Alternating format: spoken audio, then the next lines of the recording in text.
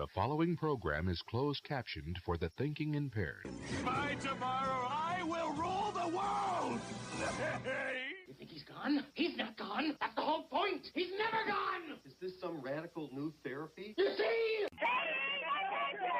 Well, I must have not been paying attention when you were just talking to me. He's nodding his head in all the right places. I think this is going to be good. Oh, yeah. Could repeat the question. I like that he does his homework. All I want to do is savage people that came on my Facebook page this morning and started giving me crap, but it's not going to be that kind of show today. Which is too bad. Because I'm boiling over on it. Did you share already? Oh, no. Hurry up. Thank you. No. I'm trying. Oh my God, we're on time. I know. When was the last time that happened? Never. Right? Let's see. We've been doing podcasts since 2018. I've been doing radio since 1999. I don't think I've ever been on time. Well, on the radio you have to be, no? No. You're supposed to be. My volume just went down. I did a little bit. Okay, all right. No, I just wanted to make sure it wasn't me. People complaining already? No, they say like sometimes the music, we hear it this way, but they hear it a little louder. I'm still trying to share. Hold on. Did you have fun at Dino Land? Did your kids have fun at Dino They Land? loved it. Alejandro was crying. He didn't want to leave. Oh, right. Yeah, he wanted to stay. It's because he misses me. Yeah. He misses Tom. My Tom. Tom. Comes over, gives me a big hug. Everybody's looking at me like, is that his illegitimate kid? What's going on with that? You know how I am. I steer into the skin. Other people can believe whatever they want. You know. And I'm like, you're my favorite son. Of all my kids, you're my favorite. And now everybody's going, he has more kids? How was your meeting last Thursday? Yeah. Everybody. Let's just say that the police union and myself and the mayor have come to an understanding. We've come to an understanding. It's not to my perfect satisfaction, and it's sure as hell not to their satisfaction, but we've come to an understanding. Okay, that's good to know. So I think but what about the other situation? I think we've worked it out. What about the other situation? Which one? Give me a hint. Give it to you? Or just a hint's better? You talking about the cemetery? I was talking about the cemetery. No. I'm talking about something. I know you're talking about the cemetery. With the police? Yeah, who used to be the chief? That's his name. We need Papa Papa. Everybody, right now. He made the effort. He made the effort. Yep, he's in. We'd throw Elizabeth Warren off because she wouldn't do that. Oh, yeah. Well, now, what are you talking about? Just William Castro. Oh, yeah, no. There's no solution to that problem at all. That's going to be a problem? Yeah, then? that's going to be a problem. Even with his situation? And thank God I'm not in the middle of that one either, which is good. It's not like I'm just playing mediator. I go in and I listen to both sides and I just try to help. You think he's going to get away with it? Castro? 4.5 million? He's not going to win the lawsuit, but he's going to get away with it. That's another whole show, though. No, I'm saying like that's what I mean. Like the lawsuit, they're saying like. No, I don't think he wins the lawsuit. 4.5 million. That's a lot for the city. All right, we can start the show. All right, you ready? You sure? Go. Yeah, now? Yeah. Hi, how you guys doing? My name's Tom Duggan here with the Paying Attention Podcast, high atop the Golden Seal Apothecary and right across the street from the plush and luxurious Valley Patriot offices. Also, by the way, a free shout-out because we are also across the street from Five Sons Pizza, who is not an advertiser. So please stop sending me emails going, oh, you only push them because they spend money with you. Notice they're not spending money with me. I support them because they're good people and their food is good. And Tom could have more money than he gets now, people. Trust me. I leave a lot of money on the table because I don't need money. And not because I'm rich, because I just don't care about money, right? Yeah, you're if my passionate bills are about paid, this. I'm happy. So free shout out to Five Sons Pizza, Jen and Chris across the street. They're doing great work. And I got to say, everybody who works for me, Ken Willette, Maria Safway, Nancy, they all go down there. I was just every Thursday. You're the one who turned me on to them. Yeah. You're the one that got us in. So let's just talk about our sponsors real quick. I don't want to waste too much time because we have a great guest today, and I'm actually kind of surprised that we got him. We tried so hard to get Mike Minogue. Couldn't get him. I think he's afraid of me. And then I kind of reached out to this guy's people at the very beginning when he jumped in, and I think I just did it wrong. I did it on Twitter, and nobody got back to me. So, okay. And you know how I am. I just get too busy. Then I forget. But Intern Girl is the one who booked him, and she did a great job because you had him on your show, right? Not my show. Luis Luis Robles and John Regal and Fryland Angelina's show. Do John Robles. Luis Robles. John Regal. Excellent. All right, let's take our sponsors. us all here. Where are we? I don't know where you Century 21 McLennan Real Estate, Brando's Chicken Cutlets in Haverhill and North Andover. I want to thank Billy from Brando's, who's at TMF feeding the homeless last night. And he's a great guy. I love hanging with. You know why I love hanging with him? Because after he did 22 years federal time, everyone's afraid of him. How many years? 22 years. So everyone's afraid of him. I know. And so when they see me talking to him and they realize the things that they've said about me on Facebook, and then they see me talking to him, they're like, "Hey, Tom, no hard feelings, right?" So Okay. So I always I'm gonna name drop. I always find that amusing. Town Roofing. I understand. I'm getting my Kristen back. My Kristen Maxwell's coming back from summer camp. I think this week. So she's in summer camp. yeah, she runs a summer camp up in I think Maine. Oh, She's been gone all summer. I haven't seen her all summer. I've been really I upset. didn't know that. You know, I've been Why sending- didn't she invite me? And I send her I'm gonna go. nasty messages about it too. I'm like, hey, you haven't taken me to lunch in like 2 weeks, 3 weeks, now 4 weeks. She's now 5 slacking. weeks. You gotta come back. Yeah, so now she's gonna have to make it. We got to get her to bring us to Sevmar, right? Sevmar Yeah. or Jocelyn's, because Yeah, the let's food go to there is great. Southmore. Yeah. That's Town Roofing. Chachi's Junk Removal, Boston Medical Center. Wow, I love these people. Not only did they save my life, right? But and by the way, the anniversary is coming up August 28th. But they're doing incredible work. I've been reading about all the research that they've been doing, and I really am going to have some of the people from Boston Medical Center on when the election is over. Cedar View Homes on Jackson Street in Methuen. The Zany Pesh Law Office, they're Italian over here. You know how you know that they're Italian How? over there? Because the minute you say hello to them, they work the fact that they're Italian into the first sentence. Are you Italian? See, I knew that because we talked for 5 minutes. He never mentioned that he was Italian, so I knew he wasn't Italian. On the Go Notary, that's a free shout out to our friends over at On the Go Notary. Marston and Son Construction, EIS, Investigation and Gun Training. Tomo and Shaken Seafood. I understand Aaron from Tomo is opening up a new sushi place, I think in Burlington. It's going to be open within about, I only know because I know the guy he buys his restaurant equipment from, who called me and said, "Hey, this guy's opening a new restaurant." So I think we're all gonna go to. You just gave him up. Maybe he's not gonna get business anymore because he's snitching. I don't know. I mean, it's not top secret. I don't think. Okay. I know. Think, I mean, there's probably registrations I know, everywhere. and I'm trying to get through this fast because I feel like I'm taking this gentleman's time. Veteran Pathways, which used to be Clear Path for Veterans New England, they are centered down at Devon's, but they just opened up a Lawrence office on Winthrop Avenue, across from the old South Lawrence Library, and they're doing an awful lot with homeless veterans. So. They had their ribbon cutting that I missed. I'm sorry I missed it last week, but we'll have them in the next paper. Yes. He's booked for like an hour and a half, so he's fine. Oh, okay. All right. Okay. Oh yeah, don't worry about me. Okay. He's very laid I'm back. breezing through this Appreciate it, because He's very laid back. Yeah, no. you know? Well, listen. When I have a guest in, I try to accommodate. I know, as but you much as can I breathe a little bit. I know. Drink I wish there was some air water. in here. There is.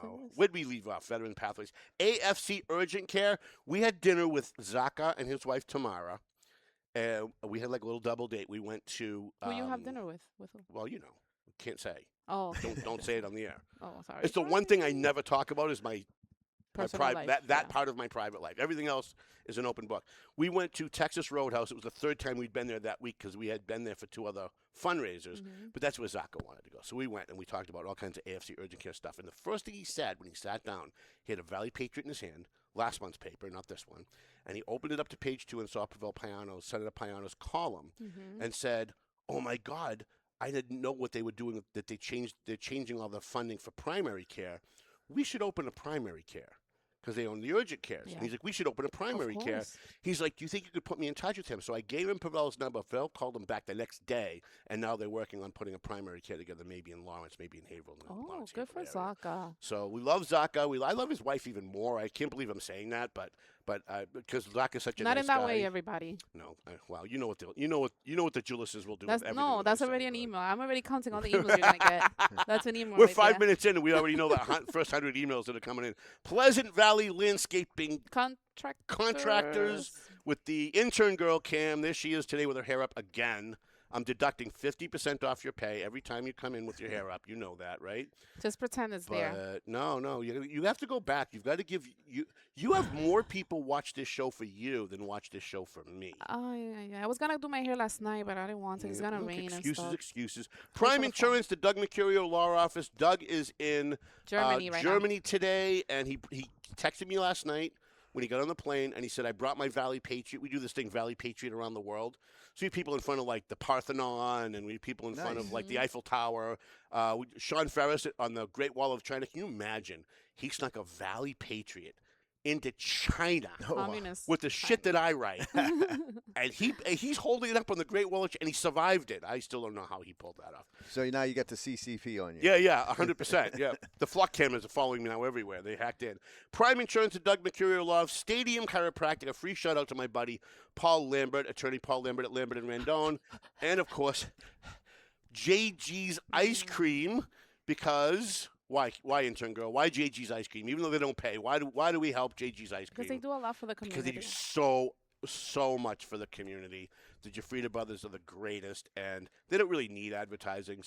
But we give it to them anyways because they're the best. Every company needs advertising. So before we get to our guest, anything you wanna get to before we jump in and we get serious? And yeah, I have following a little. I just have a little like. All the Sarah Perez. Yeah, well, Brian besides DePina. that, I hear a lot of people who are currently, political whatever people that are already in their seats, that other people are running against them, and they feel like they're being attacked, like it's a personal thing. They feel like, you know what, I own this position. No, you don't. A public political you mean figure. incumbents that have challenges are mad that they have challenges? Yeah, they say, oh, really? they're trying to hurt me. They're trying to do something to me. Those positions don't belong to you. Right. Yeah. Anyone can go for them. That's just ego. And you know what we learned during Scott Brown? We learned that that's not your seat. Exactly. It's not Ted Kennedy's seat. It's not any that belongs to. That's the people's seat. And so you're right. They shouldn't take it. I think I know who you're talking about. And it's a little surprising when He's not when the I only heard one. that. I know. He's not the only one. Other people are also saying the same thing. Well, they're taking it personal. It's nothing personal. I can't mention names on this one because she's a friend.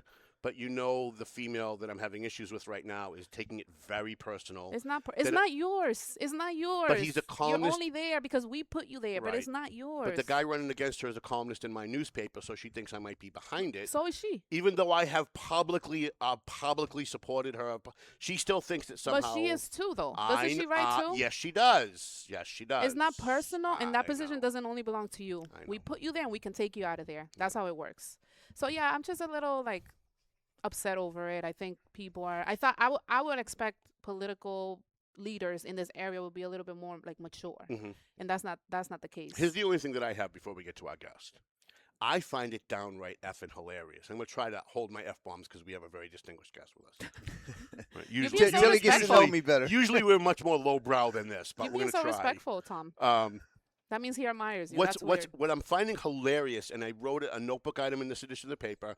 I posted twice about it on Facebook, and I'm going to continue talking about it because the arrogance and the hilarity of Wendy Luzon, former city councilor, and Julissa Nunez, and Sarah Perez, and Altagracia Mahi, going on Facebook for the last 5 years. William Castro, he's for those of you at home who don't know, he's the former police chief, in Lawrence. former chief of staff for the mayor of Lawrence. Yeah.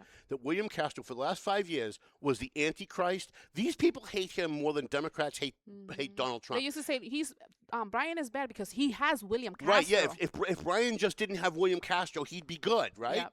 And he was dishonest. Everything he says is a lie. He's a lying liar who lies about lying. He's a thief. He's corrupt. They accused him of stealing. They accused him of selling city jobs. They accused him of funneling money from the city to some private thing in the Dominican Republic. Everything this guy couldn't pour his coffee the right way. But don't call us obsessed. But 10 times a day, it's William Castro, William Castro, William Castro. So this week, last Friday, I go on Facebook, and there's a post from Sarah Perez and Wendy Luzon and Julissa Nunez all at the same time. Don't tell me that's not coordinated. And it's Brian DePina's going down because William Castro says that he has the goods on him. William Castro says he's corrupt. And I'm like, wait a minute. You just told us for 5 years that everything that comes out of this guy's mouth is a lie. And now you're quoting him? What is that quote you say? They are too stupid to be on their stupid to be on their own side. Yeah, 100%. Well, they had, who's after that, which I'm a little upset over. I feel like I don't know why I keep getting like disappointed over people when people suck. But this is not. This is She not has in learned this the Tom case. Duggan philosophy. Yeah, this is not in this case. I don't want to be disrespectful, but Juan Manny Gonzalez is in all the comments. I You know. know, back and forth with the gossip. Manny, you are a leader in this place. You shouldn't put yourself so low like that. Here's the problem with Manny Gonzalez. I lost some respect for him. Here's the problem with I Manny did. Gonzalez. He's the nicest person in the world. He has saved people's lives. He saves people's lives for a living. He was gossiping. He's a great guy. However, one of the problems with being a nice guy, and although we all have someone in our lives like this who's a nice person, is they tell you what you friggin' want to hear. Yeah. And so I grabbed him at Francisco Polino's fundraiser for state rep. He was there. And he came over and he chatted. And I've known him for a long time. I endorsed him the last time he ran for mayor. Not this time, but the last time, back in 2016. Right? And I said to him, listen, your brand is people like you. You're a nice guy. You're a firefighter. You save people's lives. You've run for office. You've lost. But you lost because you surrounded yourself with hateful people. Yeah. Stop encouraging those people. Stop being part of their team, or you'll never get elected to anything. He's still going to political events like he's a candidate, so obviously he's interested in running again. He already said it. He's He will running again. never be an Manny, take it from someone who loves you and has supported you. You will never, ever, ever get elected to anything as long as you are connected to Julissa Nunez, Altagracia Mahi, Sarah Perez, and Wendy Luzon. Now, if they support you, that's one thing. But when you're on their page encouraging them and all their hateful stuff, you lose your brand. Like I said, your It already brand. proved that doesn't work. Right, It and- already proved that the other side, because there's two sides now, Right. is more powerful. Right. The other side has more voters, and that's what you need. Right. You can't. I saw the comments in the YouTube video. I was a like, little surprised. I I was was like, disappointed more than anything. is that Manny? Yeah, it's me. That's not Manny. Yeah. And here's the problem: if Shame. your only brand, if you're positive, if what people knee-jerk react to your name is he's a nice guy, Yeah. and then you show them that you're not, you have nothing. Mm-hmm. And now people are going to start evaluating other things about you. They're going to start noticing other things about you that they may not like. Yeah. So keep the high road. One of the things people always liked about Manny is he was always above that. And I don't know if he's to be just above that. Why are you Right, under he- Wendy he's- Luzon, Maggi, and he's- Sarah Perez's he's bought into the hate. video He's bought into the hate. gossiping? You are above them. You're above that if you want to win. He's bought into the derangement syndrome, and now he's becoming, instead of being part of the Such a solution. nice guy. I know, instead of being part of the solution. But we see that, right? We see people that get elected with really good intentions. They really want to do good things, and then they get sucked into the team politics. Yeah. And the next thing you know, they're part of the problem. And I can give you 50 names off the top of my head of people just recently that have done that. that Please we- change we- that, Manny. Please. Think about I Neil. have so much respect for this guy. Well, look at Neil Perry, right? I worked on Neil Perry's campaign. He was down 20 points when I joined, right? We did all his campaign literature. We wrote all of his stuff. We gave him the friends and family planner over in Methuen, which put him over the top. And then within a year of getting in, he sold out to all the people that campaigned against him for the other person. And the next thing we knew, we were fighting him, and he was defending them. Why does that happen? I think people want to be liked. I think people that get into this business, we're going to talk to our guest about this in a minute. I think people get into this business, part of the reason that they get into it, because you could get this anyway. You could accomplish things without running for office. Of course. I think part of it is they want to be liked. They want affirmation.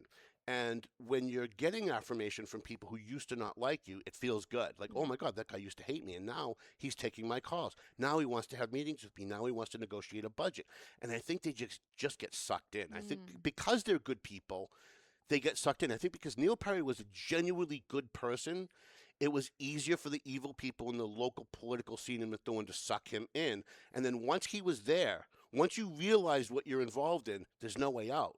It's like selling your soul to the devil. Because now you've defended these people that you then later on find out what their real motivation is. DJ was doing There's that nothing- too, remember? but He was doing it. Did but you he see how he changed. turned it around? Yeah, he turned it around. Sure. Which was Okay, good. so listen, we could talk another 15 minutes about local politics, but I feel like we're boring our guests and we're certainly stealing No, his he's time. he's No, not paying at all. I'm attention. paying You enjoying attention. this? Listen, I'm enjoying All right, I'm okay. enjoying the energy. This is great banter. Yeah, well, I'll tell you, Claude certainly thought so.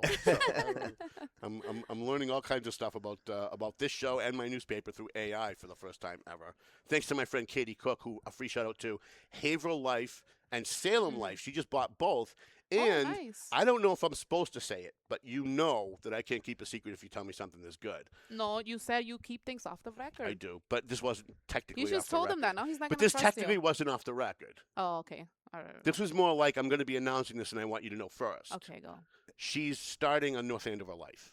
Ooh. And she wanted me to know because I'm in North Andover, and she didn't want me to think that she was trying to, cut my advertising Who out owns from underneath. Lauren's life? There isn't one. Well, there you go, Katie Cook. Right. Cook. So what I'm going to try, I'm trying to morph what I do with what she does. Okay. I'm trying to work with. I mean, what you have is working, Tom. If you want to scale in a different way, I get it, but I wouldn't change so much. I think people like your newspaper for what it is. Yes, but it would always What's be. not working? You have to fix something that's not Yeah, working. You got to solve a But problem. it would always be good to have more of an audience, right? It would always be good to broad. His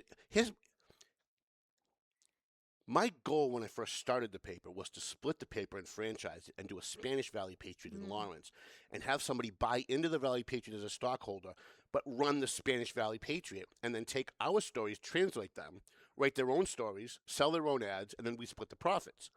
And because of the breakup of me and Paula in 2011, where we were just about ready to do that, it just never happened.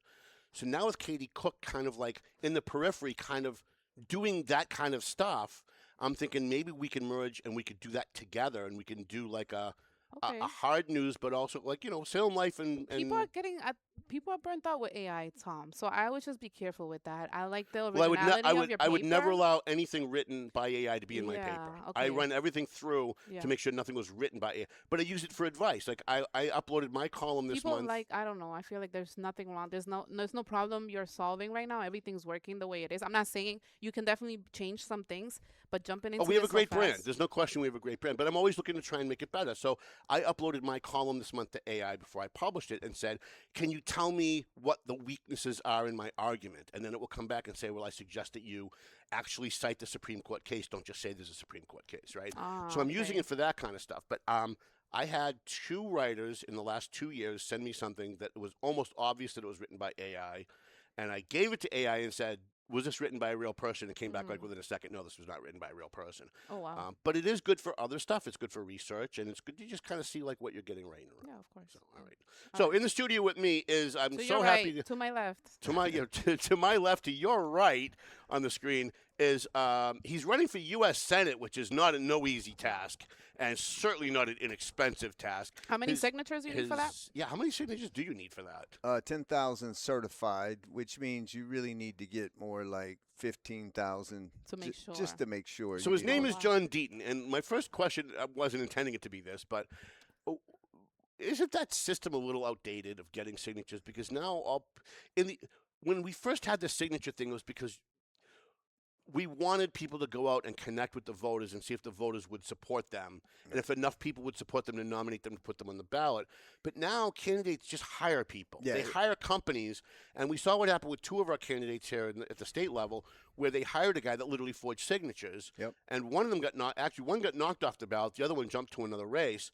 And so isn't like the whole convention thing outdated, the nomination signatures outdated? Shouldn't we kind of make this a more modern system, I guess? No, I agree 100%. I mean, it takes a monumental effort, to get 10,000 certified signatures. But what has happened, and when I ran the first time, I ran in 2024, and experience is the greatest teacher, and I had none.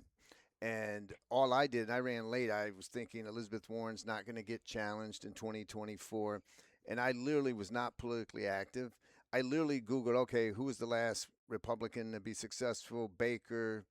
Who's his campaign manager? Who's his finance director? That's all I did. And then you walk in there and it's like, okay, yeah, we do have a bunch of volunteers, but we're going to have to allocate $100,000 for signatures. I'm like, what? What? Well, that could go to signs, or that could go to this. That could go to the Valley Patriot, right? Right, and that's it. Just becomes the system that people play into, and it. We saw a couple people get burned because then. And it's not even their fault. It's not. They didn't commit the fraud, right? But it gets used against them politically, and now anytime they ever run forever, right, that's going to follow them. Well, and not just that, because and interestingly, that fella came up to me. I was at some kind of event, and he said, "Hey, I can help get you your signatures." And I'm like, "It's already taken care of. Don't worry about it." But imagine and he was offering a cheaper price. I can beat anybody's price or whatever. When someone tells me that, I probably ignore them anyways, because you get what you pay for. Right, yeah. You're getting a generic brand of service. But so even though those candidates didn't do anything fraudulent themselves, there's going to be criticism or what kind of campaign would that, there's going to be so many second guesses. Very unfortunate, but I agree with you. The convention process, which was a debacle in many ways. But I was at the convention when Bill Weld ran against Steve Pierce. Yep. And it was a debacle back then. That was, 1991, I think? Yeah. 1991, right? And I've been at a ton of other conventions, right? I was there when Charlie Baker got nominated the first time and the second time and the third time. And it just seems like it's just the political insiders who write the checks saying who they want. And what do we need a convention for? It's expensive. It doesn't get us anything, right? We don't get a bump like in the old days. Sometimes you get a bump after a convention, like the national convention. Right. Now you don't even get that. Nope. So what's the purpose other than spending money and spreading it around to the people at the base and hoping that they're going to stay with you after the convention's over? I don't. The signature process seems like a waste. The whole convention process seems like a waste. In fact, I actually think that the primary should be paid by the party, not the government. And the party should be able to just nominate whoever the hell they want. Yeah, I mean, listen, I ran in 2020. It was a non-convention year, and I've ran this year, which was a convention year. It certainly, the convention adds expense to it. It adds the state committee members have more power, and so the insiders it's a big insider game. Have more it's a donor power game. And have more say and it's a huge expense. I mean, the speaking fee was $50,000. Now, how unconstitutional does that have to be? That you're going to charge? It's not because it's not the government doing it, right? Right. But still, it to me it just borders like it's an offense to anybody who cares about freedom that you would force someone to pay to speak at a convention where they're running to be nominated for a public office. It just seems like an affront to like our entire system, like not the letter of the law, but certainly the spirit of the law. Well, it's meant for parties and insiders to make money. Now I don't know if the Mass GOP actually made money or if it broke even. I don't know if they know how to make money. The Mass GOP at this point. But I certainly would prefer to run in a non-convention year. Yeah. Personally. I mean, the problem in Massachusetts, really the biggest single problem is we have a late primary. September is, when you count early mail-in voting, you only have 6 weeks from a contested primary to win that and then go to jail. See, I think we should push it to October where it used to be. No, I think it needs to be March. Really? Because in the beginning it was March, sort of like Super Tuesday. Well, it's better than better than before Labor Day. New York's was June. Texas, where you had Jasmine Crockett and them going, that was March. Only because let's take when I ran against Warren, 2 other fellas made the ballot. So I had to spend all the way up to September 3rd just trying to convince Republicans or independents who lean conservative to vote for me over the other 2 fellas. And I won by 65%, which is a huge victory with 2 other people on the ballot. But I had $800,000 left. Elizabeth Warren, who didn't have primary, had $23 million, and she's Elizabeth Warren. Right. Everybody knows who she is. Right. And I've spent my whole time going to Republican town committee meetings trying to convince them, and she wouldn't debate me in September. She waited to October 15th. By that time, 25-30% of the people had already voted. Right. And so it's very incumbent protection program. If I could change anything. Where have we heard that before? The incumbent protection program. Yeah. If we talk about that on the show all the time. If I could change anything, it would be that. And so, because it's just a recipe for failure. I would not be running again this year unless I was confident back then that I could avoid a contested primary. And because I had already ran once, won it by 65%. You've got some name recognition now. Right. And I've got 40%. I was the only Republican in many years to get over 40% for U.S. Senate. And 1.3 million people had already voted for me. It was like, okay, if I can convince the state committees to endorse me, which they did early, doesn't prevent someone from getting on the ballot, but it just sends the message, hey, John ran once. He did better than a lot of people thought he would. He's got some name recognition. Let's put our eggs, as imperfect as a Republican candidate as he is, let's put our eggs behind him in one basket with him, and we'll see. And so I that gives us an advantage, and we never have an advantage in Massachusetts. You're right. But Markey and Moulton are battling it out, spending millions, beating each other up, arguing over. I don't know if you saw the debate. I didn't, but I was getting play-by-play text messages from a friend of mine who is obsessed with these things, and I absolutely have to go back and watch it now with my popcorn. Well, you do but it's sad because you saw two career politicians arguing over who was more corrupt than the other, right? You took $400,000 of telecommunications and deregulated for your donors. Your insider trading with the defense contract, the companies you oversee in the subcommittee, it just was going. You got Epstein, you're on the Epstein files. Like it was. I'm sitting there saying, "Wow, this is a great advertisement for me." Sure. I hope every voter in Massachusetts watches this debate. Just take clips and run it and say at the end, paid for by John Deaton. That's exactly what we plan to do. I mean, I had to bring you on the campaign. 100%. Listen, I've been working on campaigns since 1985. I ran for school committee as a high school senior because there was a fist fight at a school committee meeting when I was a high school senior among two school board members. Now I would have predicted you in the fist fight. No. That came later. But I ran because there was a fist fight at a school board meeting between two school board members. So as a joke, I ran, and my campaign slogan was Tom Duggan will bring maturity to the school board. And I ran as a joke, and I lost by 11 votes. So I've been involved in every campaign since then, and I actually did end up getting elected. But I've been working on campaigns for a long time, so I know how some of these things go. I think I really want to get really into one of my tougher questions of the day. Sure. Coming out of the gate. I've been trying very hard to have my hair be as smooth, my head as smooth as yours as a bald guy. And I just can't seem to make it work. How do you make that happen? Oh my God! I shave it. I should have shaved it today. It's a little stubbly, but I shave it. You can't tell looking there. Like you look at mine, right? You can see where the hairline is, right? And you look at yours, and you're fine. Yeah, you're fine. but at least every other day. Yeah, you do. I shave it. And do you have one of those things like that? It's like a half circle that I've use, had that. I've had that. I use just basically a 3-bladed. You do. Bic or oh, no kidding. Yeah, Mach 3. All right. Mach 3 blade. I did have the hand thing. Yep. That would do that. You wax it? I hear like you could do some wax into it or something. No, like that. I mean because it's summertime. After I shave, I put a little lotion, just a little. That's it. Okay. Head lotion, hand lotion, so it doesn't peel, right, and look disgusting. I'm fascinated by. I didn't know much about you, and I started researching you when an intern girl called me and said you were coming on the show. And I felt embarrassed that I didn't know as much about you as I should have since you've run before. But I was fascinated by how you came from nothing and you made a lot of money in crypto. And I was also fascinated by how many people don't know what that means. And so I thought maybe, because one of the things that I like to do is just try to, I don't want to educate people, I don't want to preach to people, but I want to explain things to them that they hear during a campaign and may not understand. So right. Can you just tell people, hey, like, what is crypto? How does that work? And then how did you get into it and make money where everyone else is getting their clock cleaned? Like every day I'm seeing another headline where somebody lost $1 million in crypto. Yeah, well, I mean, my net worth is down considerably because crypto's down. I'm heavily invested in Bitcoin. But when I heard about Bitcoin, which was the original cryptocurrency came out of the financial crisis, the banks going bad.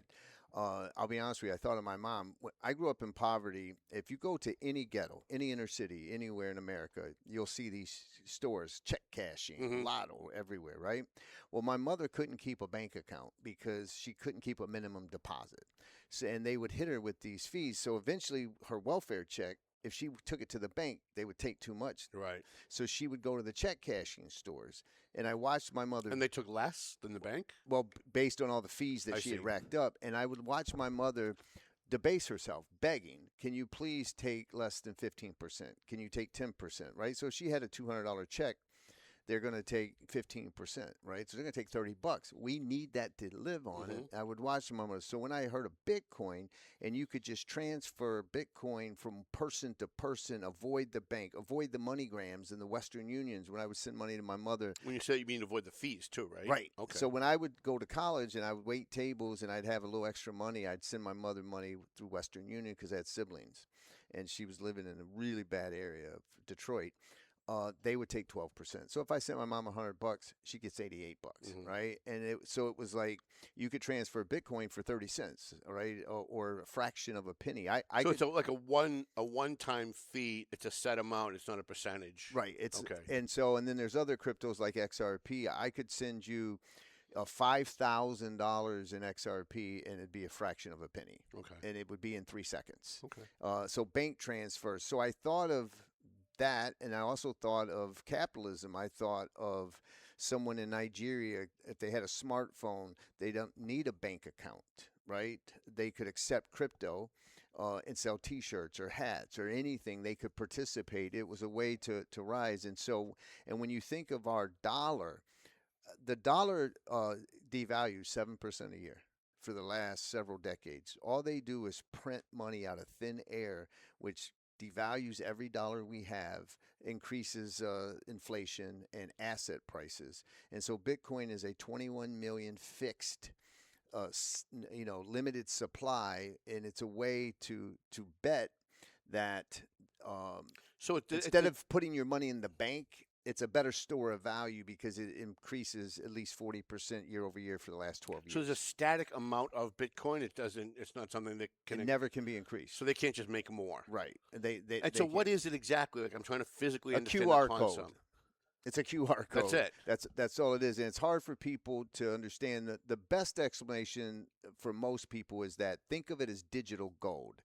Right? Gold is a form of currency that's valuable, that's limited. There's only a certain amount of gold in the world, but you don't have to transfer it. So imagine it as digital gold, or some people refer to it as just digital property. This limited, scarce asset is valuable basically because of its scarcity. Okay. That is sort of the concept. And then other cryptos evolved. What most people need to understand is the vast majority of cryptocurrencies are garbage. You know, the Trump meme coin, garbage. Any meme coin for that matter, garbage. You've got XRP snot rocket coin, right? Those are just silly. But there are some like Ethereum and XRP and Bitcoin, Solana. There are certain cryptocurrencies that have utility value. For example, cross-border payments. You know, you don't need to wait for a bank transfer, and you don't have to have pesos to match dollars, right? Our banks would normally could have a certain amount of money in a foreign currency in order to make exchange. Now you can use crypto as the bridge currency, stable coins. So I can already hear in my head people saying, especially because I have a lot of cop friends, saying, doesn't this help organized crime, the drug cartels, people that are trying to transfer money without the government knowing? Right. No, because the FBI, the CIA, NSA has all come out and said that they hope that criminals use it because it's a public distributed ledger. You can see every single transaction. Hamas actually sent an order that said don't use crypto because it's being frozen and tracked. It just doesn't say John Deaton. Right. It just has a QR code that's my digital wallet. But the FBI and the CIA can still track every single transaction. One more just question. To follow up, just to follow up with that. So the whole Nancy, what is her name? The Good Morning America host, her mother. They kidnapped her. Is it Nancy Mace? No, they kidnapped her mother. Yeah. Anyways, I know who you're talking about. Yeah, the people that kidnapped her, they were asking for crypto. So sure, we have found out who it was, or were they using somebody's account or that sort of thing. How would that work? Well, a lot of times people will say instead of cash, crypto. But here's the thing. Cash is actually harder to trace than a public distributed ledger where you can see imagine a Microsoft Excel sheet that's a ledger. Yeah. It's like a passport that shows you everywhere you've been. Exactly. And so it's just a digital code, but if you can track it, it can be frozen by the government. So if you have a Coinbase account, Coinbase has to comply with AML, anti-money laundering laws. Mm-hmm. They have to comply with KYC, know your customer laws. And if the government gives a warrant and says seize this account, they can seize it. And so, but that's one of the biggest misconceptions, right? Which is, it's used for illicit purposes. Listen, ATMs have been used for illicit purposes, right? Drug deals, prostitution, but doesn't mean that technology should be completely banned. Yeah. My problem with Elizabeth Warren is she wanted to ban Bitcoin and all of crypto, because she wanted to just have 5 major banks, and she was a big proponent of a consumer-based central bank digital currency, which is programmable money. If they control your money, they control everything. You know what surprised me about your run against her And I was yelling at the TV one day. I think it was the day of the debate. Hopefully it hurt, not me. No, but- you. I was yelling. No, I was yelling at you. I was yelling at you for sure. Okay. And I'm watching the debate, and I'm saying, and I read her first book. I read her book. Yeah. When she was a conservative Republican, and she was extolling the virtues of keeping the family together and the nuclear family. And I'm yelling, use her words against her. Pull out the book Right. and say, do you still agree with this Elizabeth Warren? Right. Because I think that would have been a big hit. I think I'm very big on, use people's words against them and show people at home who they really are, and then let them flounder and show them, because that always helps you. No, absolutely. And here's the thing. This time around, I think I'll be a better candidate. Like I said, experience is the greatest teacher. And one of the things I'm doing different this time around is I don't allow the consultants to get in my head as much. You could actually, if every single Republican listening to what he just said writes that down and makes that your life mission, you actually have a chance at winning. Yeah, it's the consultants that blow every election that a Republican loses in Massachusetts. Every single one. And it's not that they're bad people, but like it's just the formula. The formula that they use is designed for them to make money and you to lose the election. Right. I mean, one of the things, for example, one of the things I said when I was interviewing consultants is, if they're big on, for example, I said, okay, if I got $1 million. Do you recommend that I spend it 60% on broadcast TV, 30% digital, and 10% print? Yes. I go, well, of course you do, because you get 15% for making a phone call and placing an ad that takes 10 minutes. Right. I go, but I don't think people watch TV like that anymore. They don't. We need to spend it more on digital and other things, and so you learn. And again, I'm not blasting. I'm friends with people that consulted with last time. It's just. I didn't make it in life, and I'm really good friends with Holly Robichaux. Yeah, in my life, this is the thing. It's what I gave this advice to the guys that ran for governor and others. I go, you made it in life being you. Right. Rely on you. 100%. Don't let consultants get in your head, because even during debates, it'd be like, well, John, you got to be careful. Look how you look. You got that bald head. You got the goatee. You're going to look like you're beating up a grandmother. She's 75 years old. And skinhead, white supremacy. Right. And then it's like, well, and so I caught myself holding back against Warren sometimes because I didn't want to come off as an aggressive white guy. Well, plus she ran around for an entire year saying Scott Brown hates women, Scott Brown hates women, Scott Brown hates women, and you don't want that. Right. No. And so, but this time around, I'm having more fun. Being more myself, I'm more in control of the campaign. What I'm enjoying about this conversation already is that I'm not getting talking points. I'm getting a conversational real person who's just thinking in real time. And I think that's something that connects with people. I think the average voter, Republican, Democrat, or Independent, is sick and tired of you. You ask a basic question of any politician, and they have to parse every word, and they have to pause it because they have to make sure, and they have to use abstract terms so that they can have deniability later and say that's not what I meant. And I'm asking just basic questions, and just like a normal person that I think average people can connect with. You're just talking. You're not answering with talking points, and I just hate the whole talking points. Who would you rather face? Would you rather face Markey, or would you rather face Moulton? Like, I know who I would rather face, but I'm actually leading Markey by the University of New Hampshire poll has me 1 point ahead amongst independents, not overall ahead. I don't want to be misleading, but amongst independents, but that's 67%. Right.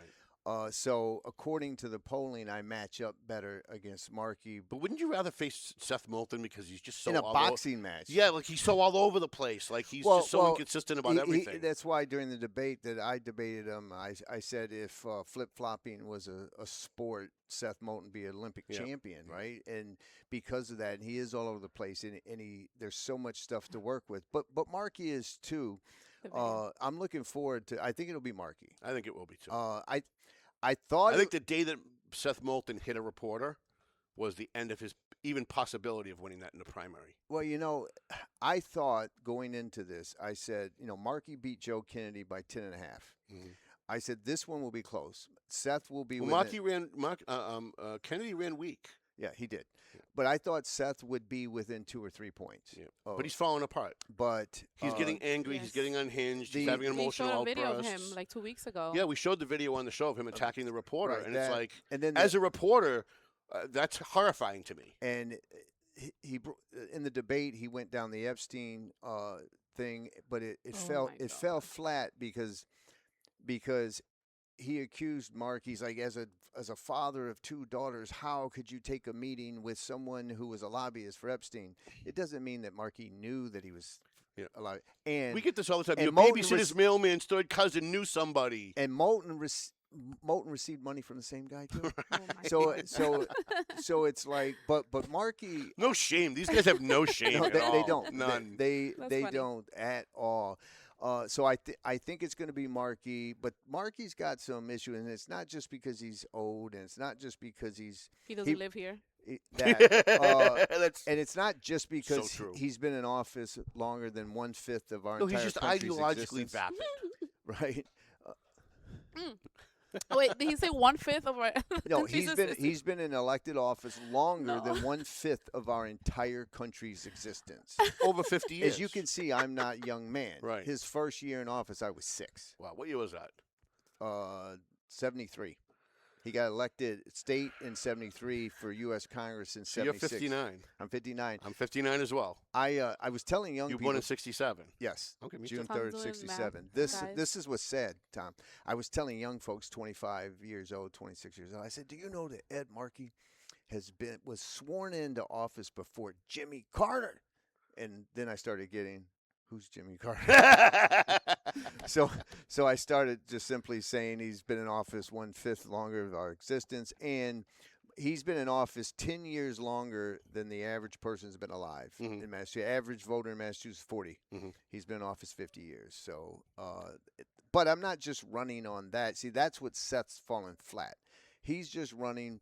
I agree with Markey on everything. I don't even know why he jumped into that race. He would have held his congressional seat for life if he just stayed there. Like, just stay there. Yeah. Right? No one was going to beat him. So, like, why would you abandon a job for life where you have power and all the ego stuff that apparently is important to you and run for Senate? Because what you just said, the ego stuff, he ran for president, right? He ran for president. He didn't make one debate stage. Like, even Tulsi Gabbard, as a Democrat, made the debate stage before Seth. But he challenged Pelosi for speakership, lost that. Then he ran for president in 2019, and then lost that. He's a very ambitious guy. Yep. Very ambitious guy. Well, he believes his own press, and that's part of the problem. And by the way, Nothing wrong with that. I think Seth has done some really good things, and we've talked about some of them on this show. And I think he has, on some issues, kind of called his party out, which I also think is very valuable. But I don't see it being But he's him. retracted him. Right. Well, that's it. He runs away the minute he gets brave, and you go, "Oh my God!" Now there's something I can actually good talk about, and then he goes back on it. So if it's going to be Markey, tell me 3 things that you think Ed Markey's doing good, or has done good. What are 2 or 3 things that you think Ed Markey has done or is doing that is good for the country? That really is a great question, and it's a tough one. I think that Markey in the Deregulation and Telecommunications Act, some of that stuff back in the 80s was good. I think in the 90s he did some stuff that helped with computers and education.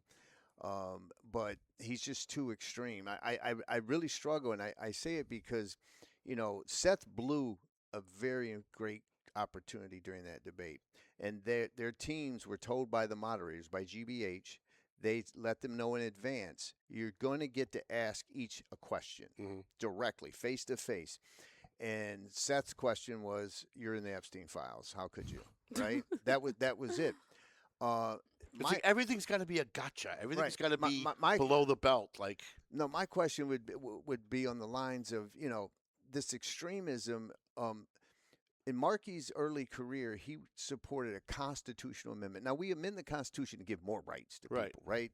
Right to vote for women, First Amendment, Second Amendment, Fourth Amendment, all of that.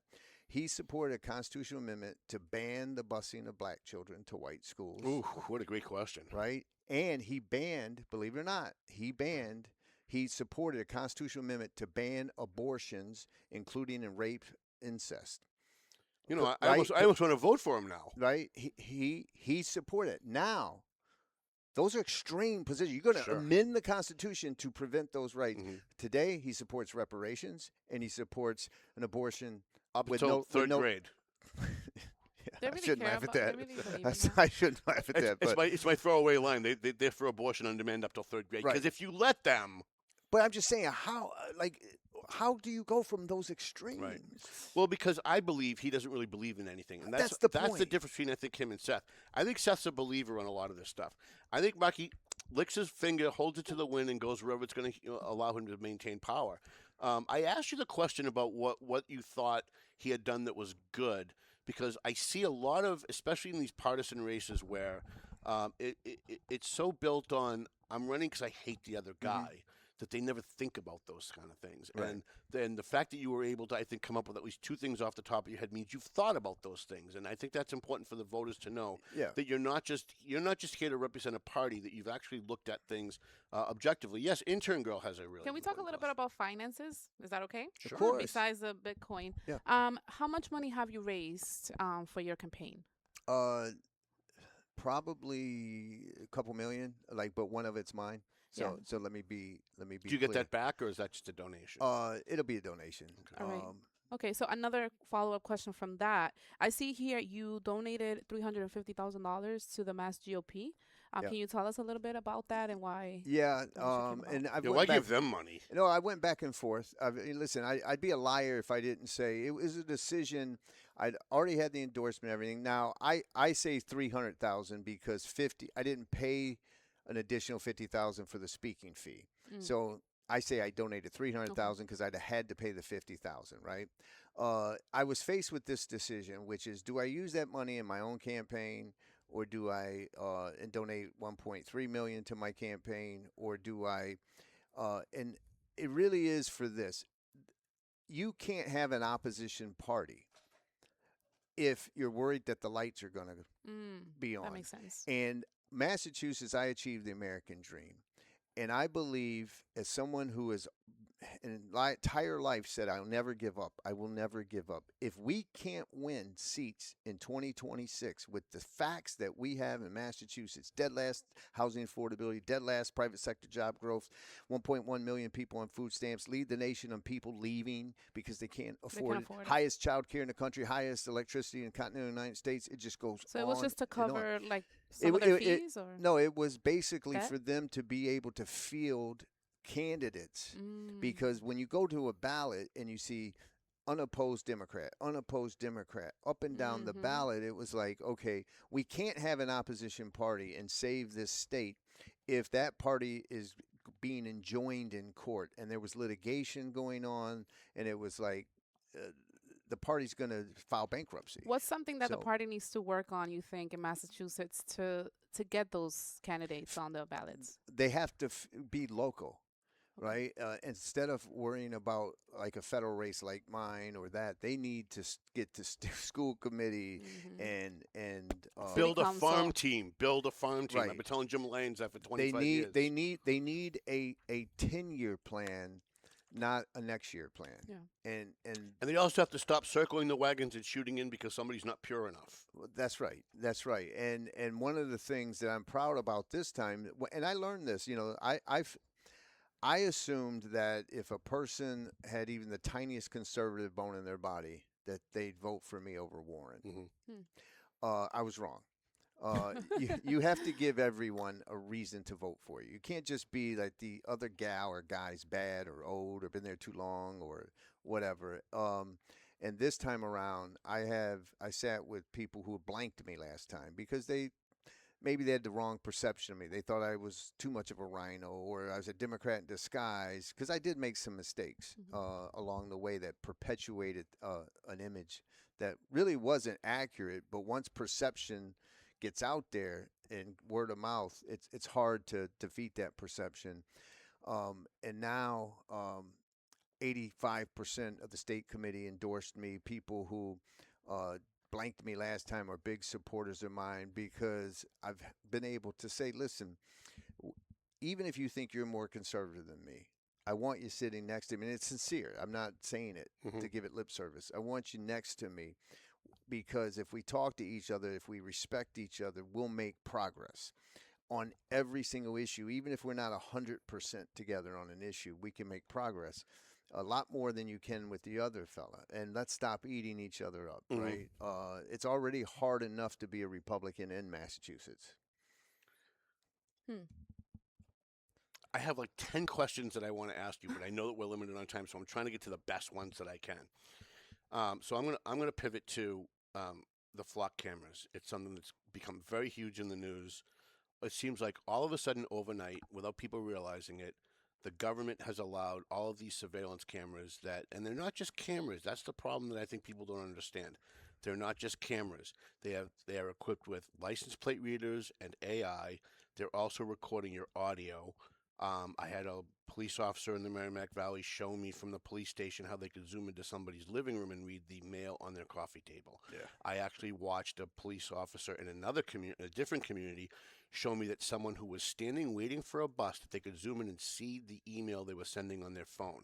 They're also recording audio. And they're not just doing that, but they're storing all that information in a database that not just the police have, the local police have, the state police have, ICE has, the federal government has, and you got people like the Attorney General who's in charge of the state police who now also has it, and she's a politician. You also have people that can hack the system. You also have administrators that have access to the system, and the flock company selling the information to Google and Instagram and Facebook. What as a senator, are you willing to stand up against this? I mean, the pro flock side is it's public safety. We're doing it for your safety. Look, we found this kidnapped kid. But at the expense of all of our rights, of our rights, not just some of them. Like now at this point, it's all of them. Well, we were talking earlier about when I brought up consumer central bank digital currency, and I said programmable money. That's where they can control the money. Oh, you made a donation. We think that's a fringe, white supremacist thing. We're going to turn it off. They'd be able to turn your money off based on what they think. That's a form of Big Brother. What you're describing, same thing. I sued the Securities Exchange Commission because of government overreach. The answer to your question is I have a history of fighting government overreach, and so I would be someone who stands with you on that issue. So how do you do that? So let's say you're a senator. How do you do that, right? Like it's easy for a talk show host to say we should get rid of them, right? But then you have to actually do it. So how do you do that from the Senate floor? How do you put something together that you can get people to agree on to get rid of this kind of stuff? And it would be one thing if there were 35 different companies doing it, but it's all one company that's going to have access to everything all at once. And God forbid they sell out to China or China hacks the system. Our entire country falls in a day. Well, that's the thing. It's a national security risk. So you write legislation, and you're going to have to get educate enough people in Congress to join you on the legislation that basically would make laws to stop it and prevent it. Stop it completely. Absolutely. Okay. Absolutely. I mean, it's going to be a fight because sure they're going to say you don't have a reasonable expectation of privacy on a public road. All of which is true. Which is true, right? But you do have an expectation of privacy when you're standing there having a conversation at a right. But your data, anything you're saying that can be used as a weapon against you, even if that weapon is for consumer targeting you, right? Can be. But we're going to have to come up. I don't know what happened, but all of a sudden I got taller all of a sudden. We're going to have to deal with this new era of AI and surveillance and what happens. Listen, I'm someone who believes they went too far with FISA, the Patriot Act, all of that. So you're willing to dismantle the Patriot Act? Certain parts of it. I'm ready to write a check, intern girl. What do you think? I think I am. For sure. Can you afford it? Just on those two, I'll find a way to afford it. Okay. I'll make it happen. I'm voting for Dante. So. You are? Oh, yeah. All right, okay. Well, have you spent any time in the Merrimack Valley? Have you spent any time in the Lawrence, Haverhill, Methuen area? Yeah. And if you have... I have a picture of him. Oh, really? On Exeter Street. Okay. Let me tell you something, Oh, Dante. sure. Not all... That's we my need the biggest intern fight. girl. We need the intern girl, Cam, if you're going to be talking about this stuff. Oh, okay. Well, this is my Your fight. fans want to hear from you and see you at the same time. Guys. Come on. Want to see Even me. with your hair up. Yes, right? you with your hair up. That's my fight with a lot of politicians. They don't want to come to Lawrence. Mm-hmm. I don't know what it is. Like there's always that conversation. But the night I met you, we were above Terra Luna on Exeter Street. Say it again. Terra Luna. Terra Luna. And then afterwards, So cute. we went to El Rincón del Encuentro, which is a new restaurant. And there was a parrot there. I have a picture of Mr. Deaton with like a parrot around you. You remember that that night? I do. So I'm going to share it in a little bit. But thank you for coming to Lawrence. Did you eat at Terra Luna? Yeah. The food there is amazing. It's a great. No, I've been in Lawrence at least 5 times. Okay. And Were you on Lissy Rivas' show, La Despierta Lawrence? Was that Yes. Was that you that was on that? Yep. Oh, no, he was here for the rally. Oh, he was here for the rally. His van was here. Yeah, I could. I was. By the way, very well played. I was in Quincy during with veterans, and I had. And you're a veteran. You're a I'm former veteran, Marine, right? And so, so I was hoping to be on the bus in Lawrence in Marky's little thing, but I couldn't make it because of previous commitment. But It was hilarious. So so it's going on live, and intern girl sends me the picture of Ed Markey standing there with all of the kiss-ass elected officials in Lawrence who just think that he's a celebrity, like he's Johnny Depp, and like, oh, and there's your boss in every photo, and I was roaring. I just thought it was the most. Well, you know what? Thing. But I'd ask those politicians. How many times does Ed Markey come? Once every 6 years? I can tell you that Ed Markey comes Once every 6 years. once every 6 years when it's election time, and then at least one other time he will come if there's some kind of a grant that we got for something that he signed off on, or he co-sponsored some bill, and he'll come just to make it look good. But in 6 years, we at best see him twice, Right. and that's it. And you know, I was saying to Brian Shortsleeve when he was at TMF feeding the homeless, he just showed up, no cameras, no anything. And I said to him, you know, if people like Ed Markey really believed what they said they believed in, if they really cared about the downtrodden, if they really cared about the poor, TMF wouldn't exist. TMF is an organization where you have a bunch of volunteers, inner city Latino kids who get together every Wednesday night and then go out every Friday and Saturday and Sunday and Monday to the different homeless encampments and feed homeless people that Ed Markey doesn't give a shit about, that Maura Healey doesn't care about. They care about the illegal aliens. They care about all these other groups, the LBGTQIA division sign / all that stuff. But the people who are actually sleeping in the streets wouldn't be sleeping in the streets, and TMF wouldn't exist if they actually believed in what they said they believed in and really cared, right? I think the Merrimack Valley's been severely neglected. And what I'd like to see if you do win, and I think you actually do have a shot. I know there's a lot of people, very smart people, who run numbers who saying you really kind of still don't have a shot. Right. I actually kind of think that you do. I think that this could be a change year. And I think if we nominate Mike Minogue because he's so pro-life, I think he's got no shot. I think Maura Healey sails in. And I think most people know that. And because they know that, I think the backlash is going to be they're going to be so angry about that they're going to vote for you. Yeah, I think you're going to benefit from the fact that the party's going to nominate someone that can't win. I mean, here's the thing: is that I've yet to. I know the experts say I have no chance. I know the betting things, and no one's sitting around saying the Senate seat in Massachusetts is in play. I'm not delusional. I get it. It's an uphill battle. There is a shot. It is not the widest path to victory. I will grant you that. But there is a narrow path to victory. I wouldn't be doing this if there wasn't. You know, one poll had me edging Markey out by one.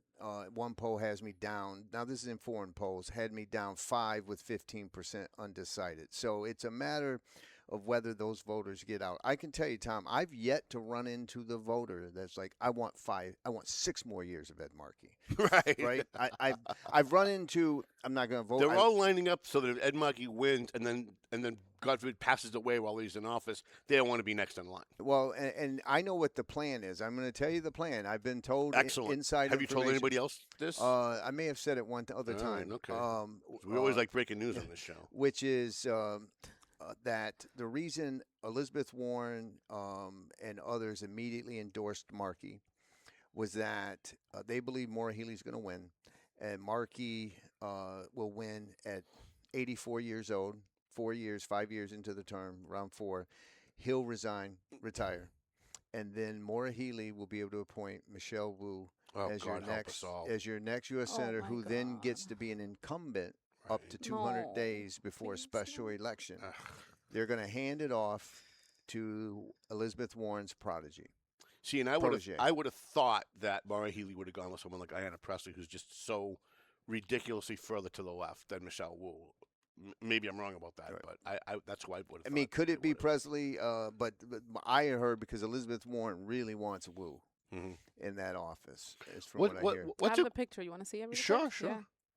That's there he is. And Lawrence with a parrot, and yeah, thank you for. Is that right outside Terra Luna? No, this is the new restaurant across the street from Terra Luna. It's called El rincón del encuentro. Oh, I love the way you say that. Say it again. Yeah. El rincón del encuentro. That's the sexiest thing I've heard all Yeah. week. Oh, No, it was sorry. It, It was an accident. Hold on. Wait. How do we go back? That's a great pick. How do we go back?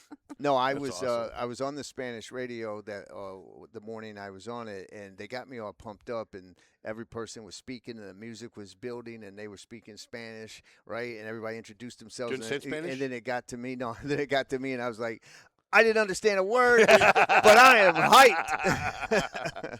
What is something that, and I talk to candidates all the time after the election, and it's even like for things like Congress, Senate, and they say, I can't believe nobody asked me this question during the campaign. I was really passionate when I started to talk about this one issue. Nobody bothered to ask, and I just kind of forgot to talk about it. What's the one thing you wish people would ask you that don't? Like an issue that you think more people should, like I brought up the flock thing. I don't think anybody's talking about that. They should be. But an issue like that, what's something that you wish that they talked about? That I wish they talk about. That they asked you about, that there was a campaign issue. Something that's passionate to me is getting people off poverty. I come from real poverty. It's what motivates me. What motivated me to be successful in life, I was on Fox Business, and Charles Payne asked me, because, I was a high school dropout because of gun violence. There was sex abuse when I was a child from a predator in the neighborhood, some really bad stuff. My mother stabbed in front of me when I was 6, all of this stuff. And I said my hatred of poverty motivates me because my mother is my hero. She's passed now. But when I couldn't find a high school for 4 months and I was crying, and she came to me, was like, why are you so upset? I said, I got to graduate high school. I want to go to college. And my mother put her arm around me and said, son, I'm sorry. Well, first she said, just work till you're 17, I'll sign the papers, you join the military, like your brothers. And I said, Mom, I want to graduate high school to go to college. She put her arms around me to console me and said, I'm sorry, son, but college just isn't for people like us. Like that's what poverty did to the strongest woman I'd ever met, my mom, who never gave up. It broke her down to that we were subclass citizens. Where we lived and how we were living on food stamps and welfare, single mom with multiple kids, we're white trash.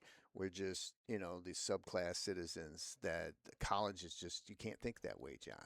And that motivated me to overcome it. So my passion to help people poverty went, one thing that frustrates me when I talk about Massachusetts has 1.1 million people on food stamps. It's outrageous. That's 1 out of 7. We have 300 people on the streets of Lawrence alone. And here's what infuriates me, because I work with TMF. We see it every day. You have 300 people sleeping on the streets of Lawrence. And for 25 years, we were told by the state there isn't enough money to help those people. And they were blowing money on other things, $100,000 for bongo lessons through community development in Lawrence under Dan Rivera's first term, all kinds of crazy stuff. And it used to infuriate us, but we understood it because we understand that government doesn't have the money that it needs. It often has to do more things than it should. You have the schools are acting like psychologists, and so you almost accept it.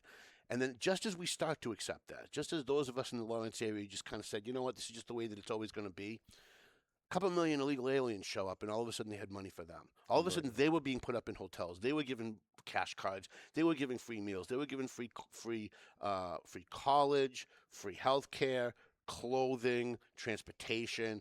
And all of a sudden, those of us who were walking around Lawrence for the last 25 years saying we wish that they had money to do something, we're like, wait a minute, so they actually did have the ability all along. Of course. If they wanted to do it, they could have done it all along. And they purposely chose not to do it all along. And so I think there's a lot of people out there that are looking for someone that can just come along and say, hey, you know what? I know you've been lulled into a sense of false desperation in cities like Lawrence. Right. You think that, this is just the way it's always going to be because this is the way it's always been and it can't change. But it actually can, and here's my formula for how. So what is your formula for how? Well, the formula for how, one, is it's multifaceted, obviously. We have to stop spending $4 billion for illegals. We have to address the actual cost here. Here in Massachusetts, if we expand natural gas and go nuclear, small modular reactors, we'll cut electricity prices in half. But you have to get appreciable assets in people's hands. The only people that have done well since the 2008 financial crisis, the only people that have done well in this country are people who have owned things. If you own real estate, if you own stocks, if you own bonds, if you own Bitcoin, if you own gold, you've done well. Who are the people that don't own those things? Right. Poor people, Right. which is half. So we've got to get appreciable assets in their hands. Tokenization of assets is one way. No one can afford a house today. You know what a starter house in Massachusetts costs today? Well, it's $600,000. outrageous. Wow, it's crazy. Wow. $600,000 is the $650 is the median price. Greater Boston area, it's 1.1 million. So regular people have been priced out of participating in the economy. So there's ways to use blockchain technology, tokenization of real-world assets, fractional ownership. Explain what some of those things mean, though, because people at home are hearing that and they go, wow, that sounds really impressive, but they don't know I what don't it know means. what Okay, Yes. so imagine right now you can't afford an apartment, a condo, or a house. But if you tokenize that, let's say you're in an apartment building and there's 200 apartments. Each apartment could represent half of 1%. So you token Make it like a condo. right. You tokenize the asset on a ledger, on the blockchain ledger, and now you have a digital token that represents half of 1% of that entire building. This is why he's well off, because I don't know. I still don't know what you're saying. Right, but I'm trying to get him to kind of dumb it down for the average person because it sounds interesting. And it does. Well, just imagine like for example, one Bitcoin cost right now, a whole Bitcoin is $63,000. It was $120, $63,000, but you can own $1 of Bitcoin. I own $1 of Bitcoin, You which can is now own- 83 cents. You can own fractional ownership. So gold, real estate got can it, be got it. fractionalized. I see. So Got it. so it's kind of like Jack Kemp. When Jack Kemp ran for president, which Yeah, who it's I one of my favorite. Really? During the I convention, campaigned for him, and let me tell you, I was heartbroken when he lost. during the convention, when I gave my convention speech, I talked about Teddy Roosevelt, all right, who came in, bust the trust. Like, we have to break up the 3 vertically integrated insurance companies 100%. in our health And the system. banks, for God's sake. We got to break it up. We got to break it up, just like he did. It was a Republican who went in there and saved capitalism. If we don't take the approach that I support, which is a Teddy Roosevelt approach, then socialists, charismatic socialists, are going to keep winning because young people are going to turn to those socialists. Well, they're not being educated, so they don't know the dangers. They of don't it. know the dangers, and they don't know what you But I love know. what Jack Kemp wanted to do. Enterprise zones. Enterprise zones. So if you're a poor, if intern girl lives on Hancock Street in the Hancock projects in a unit, instead of giving her money and paying her rent to the city from the federal government through the state and having everybody take a piece along the way, allow her to own it. That's right. Over a period of time, allow her to own it. And now she has an asset that now she can get used to get out of that. That's what And appreciable so assets. that's what you're yes, talking enterprise zones. Excellent. Also, You know, it's been a long time since we've had a candidate on this show, It's been even a on long the time that radio I show. had you get along so well with someone and like read a lot. No, it's true. Like you guys are, I don't know. well, even best listen. friends now. I don't know what you think about the Trump accounts and how Dell. I don't know how they work. Well, I'm just saying. I'm not really good at financing, which is why I'm still poor. Well, I produce a great product, but I'm not making any money the on thing it. I'm saying is that if and I'm not known as a big Trump guy, Right. certainly, but there are ideas like that that can help. We have to attack the wealth gap in this country. We For have sure. to. We For have sure. to attack it, and there's ways to do it. Now, people like Elizabeth Warren. If Bill Clinton came up with the idea of Obama, it had been a great idea. But because Trump said it, their TDS forces them to. But there are Well, things, he could propose saving babies from burning buildings, and they're going to complain. right. But there are things like that that we can do for these younger generation. I've been saying the wealth gap is one of the greatest threats to our constitutional republic. The difference between the haves and have-nots, and that's when it was like that when Roosevelt, Teddy came in at the Gilded Age. That you had the difference between those that have and those were not was as bad as it is today. Now that doesn't mean I believe in the redistribution of wealth and like Well, that's where the Democrats just get it wrong. taxing unrealized. I always say that the gains. Democrats are right about what their end goal is, right? It's laudable Their to path. want to help. It's the way they want to get there. It's the mechanism that they want to use that ends up the cure becomes worse than the disease, right? Right. So how do you do that? How If do you're you not do it? using communism, you're not using socialism. How do you even out the wealth gap? Because you can't taking from millionaires just makes them go somewhere else Right. or find loopholes, and you're never going to take. Well, their you money. have to change the tax. Now, one thing that we need to do, what billionaires are doing today, is they don't cash out on their unrealized gains, But what they do is they collateralize it and take out a loan. Right. They Let's just borrow say- against it. And they don't have to pay taxes Right. because it's a loan. No, if you take $100 million out on a loan on your unrealized gains, we're going to tax that as ordinary income. We could do that. We could address the step-up basis on the IRS. There are things we can do, but we have socialism today, Tom. It's called corporate socialism. I agree. Affordable Care Act. It's one of the things that the one's actually right about. Right. The Affordable Care Act was never affordable. It allowed 3 insurance companies vertically integrated, all the way from manufacturing to retail at the pharmacy level, to control over 90% of our health care. And these government subsidies that we're giving to these 3 companies is a form of corporate socialism. We have to end that. And we have to end all these subsidies. Also, we spent in the last 5 years, and I'm not talking military aid, just cash. We have given $400 billion in foreign aid to Outrageous. foreign countries. Outrageous. Now, when you count military aid, it's $1 trillion in 5 years. Crazy. $1 trillion. And so Now, if you want to take all that and give it to Israel, I'm okay. But I'm not okay with giving it to countries that hate us. Right? If you're an ally, Japan, I'm perfectly happy to give them money because we have a free trade agreement with them. We work with but them. when you we start have a seeing benefit. Afghanistan's, Why are we giving Morocco money? Like, they hate us. They want to blow us up. Why are we giving them money, right? Right. And so, again, there's things that we That's can right. do. It's like you said, Maura Healey allowed Kearney Hospital in Dorchester to close, right? Allowed Neshoba Valley Medical Center in the air to close. Allowed Leominster's maternity ward to close. Almost One allowed year, too. Holy Family to close, It but did. Lawrence General bought it, but it did close. Pavel, Ryan, and Estella and Francisco saved it. No. It's not owned by the Holy Family anymore. No, Now but they it's were going to owned by- close completely. They weren't even going to be. I They know, weren't but even, they did it close wasn't down. even It's just somebody else fungible. bought it. Right, but it wasn't even fungible for somebody to buy it the way that it was going under because of the debt that they had, and so it was. Is that what they told you? Well, that's what the state reps did. Holy Family was owned by the archdiocese, so Right. they couldn't handle it anymore. They were going to close it down, and then Merrimack Health became about because Lawrence General bought it. But that's not the. It's campaign year, Tom. That's not what it is. The point that I'm saying is it goes to your point, Tom, Right. which you couldn't help. You couldn't help all the thousands and thousands of patients, the hundreds of nurses and lab techs that are all out of a job. There was no money to help them, but you found $4 billion For illegals. to help the illegals. We've got to get our priorities straight. What's the hardest decision a senator has to make? In fact, by the way, before you get to that, and just a very short answer. He if asked you can. great questions. Can you explain to people what a senator? Award-winning journalist, right there. What does a senator do? Can you explain to people why this seat is important? Like, what does a senator do? Right? We know what the president does. He's the executive in charge of the country of all the departments.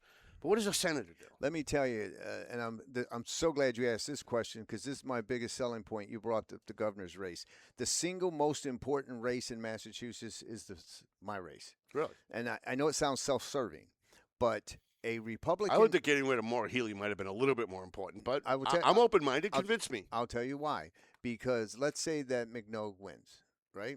And I'm the first one that wants Healey out. Right. You get in line behind me. But that Republican governor is going to face a supermajority at Beacon Hill on day one. The governor can stop bad things from happening, but they can override any veto immediately with that supermajority. A U.S. senator can fight. We give $22,000 per person in Massachusetts in federal taxes to the government, highest in the country. Now, California pays the most, but per capita, we lead the nation, number one, 22,000 person. We need a senator to be fighting for that money back. If community development grants can go to any city with 50,000 people or more, so take Lawrence. If you had a senator who was fighting for you and was able to secure millions of dollars, it bypasses Beacon Hill. It goes straight from the federal government to the city. Or town. If it's lower than 50,000, it's called earmarks. Can you do that? Can Yes. you give it directly to the city? Yes, you can. You go in there, you fight for it. I didn't know that. So let me tell you what a Senate. Let me tell you what We're all learning things today. Let me tell you what John Deaton would have done when the Big Beautiful Bill was being passed. Right, the Big Beautiful Bill. John, you're in this. Here's what I say, Mr. President, Republican Party, whoever's in charge. What's Massachusetts get? You want my vote? Because I believe the deficit's an issue. For sure. This bill's going to increase the deficit. This guy's spending more money than Biden. 100%. what does Massachusetts get? I got 2 Cape Cod bridges functionally obsolete. I got infrastructure needs. I got healthcare needs. I've got electricity. I need $2 billion in nuclear production credits for Massachusetts. Now imagine if I took that to Maura Healey and said, even if she was, and said, I have gotten $2 billion to put small modular reactors that will reduce carbon free. So it's great for the environment. It's not the old nuclear; it's the new nuclear tech that's incredible. 97% efficient. She's going to turn it down. She's going to turn $2 billion in federal credits down. She will if you're a Republican. Well, I mean, it also could be career suicide, and so you could fight for that, and you get that money directly to the cities and towns that are in need. If you had a U.S. senator fighting, the problem is our 2 current U.S. senators, because it's Trump, they're not going to fight. They're not going to get anything. And their whole message is they're going to fight a guy who's not going to be the president 4 out of the 6 year term, right? They're only going to be there 2 more years. So 2/3 of the term, he won't even be there. And if they're a Democrat president administration, their vote's taken for granted. Imagine someone like me that's like, I don't care about a person, a party, or an agenda. I just want to represent the people in Lawrence, the people in Brockton, the people in Holyoke. How do you change that? How do you change that? You go in there and you just say the vote we're so divided that our vote in the U.S. Senate, if I was there, would be one of the most important votes. You want to know who was the most powerful senator in the country? Joe Manchin. What state? He was West Virginia, and he was an independent. Sometimes he fought for the Democrats. He lobbied with the Democrats and sometimes Republicans. But he was truly independent. And so when you're divided like we are, 50-50, the vote would be the most important vote. Lisa Murkowski, got $6 billion. She said, I hate the big, beautiful bill.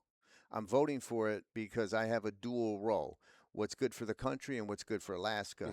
I got $6 billion because they needed her vote, so they gave her $6 billion to take back to her people. Can you imagine what $6 billion does in Alaska? A lot.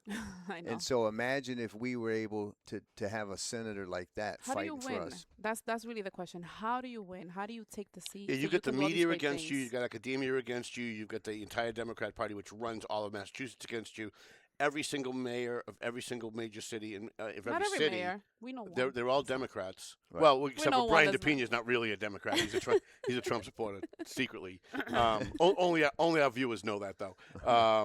But you've got all of this working against you. You've got this big, huge firewall. It's what we're trying to. The math is this: if I get the same amount of votes that I got in 2020, which I concede is comparing, apples to oranges, it's a presidential election. But the math is 1.3 million. I got 1.35 in 2020. The average turnout's 2.5 million. If I get 1.3 million votes, we win. And so the way you do it, we're micro-targeting. We're micro-targeting the veterans. I will be much better for veterans than Markey. All right. Well, you are a veteran, and I am a veteran, right? And so there's 300. Did you see any combat, by the way? I don't want to cut you off. And during the debate with Seth, I actually deferred. They brought up Bartholomew Marine Service, and I did what I should do is say, listen, Seth served overseas in combat. He's got 2 Bronze Stars. I go, his service is on a much higher level than mine. Yeah. You know what I mean? And you take the high road. Well, you got to. Well, I mean it. Right. It's not me faking it. I know that you mean it because I know Marines, and Marines mean it when they say it. Well, here's the thing. Some people. You go through Paris Island boot camp? No, I was an officer, so I went to officer candidate school. But my first campaign got tired of me saying, because I was technically medically retired. I'm technically medically retired. I've had 2 spinal surgeries. I got hurt in a combat training exercise. I didn't get hurt in combat. So every time I talk about my military Marine service, I say, listen, and then I got injured, but not in combat, in training. Right. And my campaign came to me and said, you've said that like 50 times. Stop saying it. I go, I will never, ever stop qualifying it.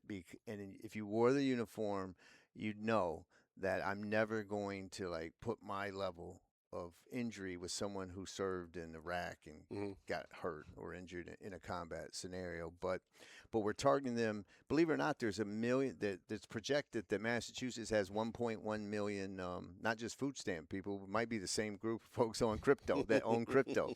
So there's a million folks that believe in cryptocurrencies. So we're trying to micro-target them as well and get the voters out. We're micro-targeting all Seth's voters. I'm hoping that Seth, I think he's blowing it right now.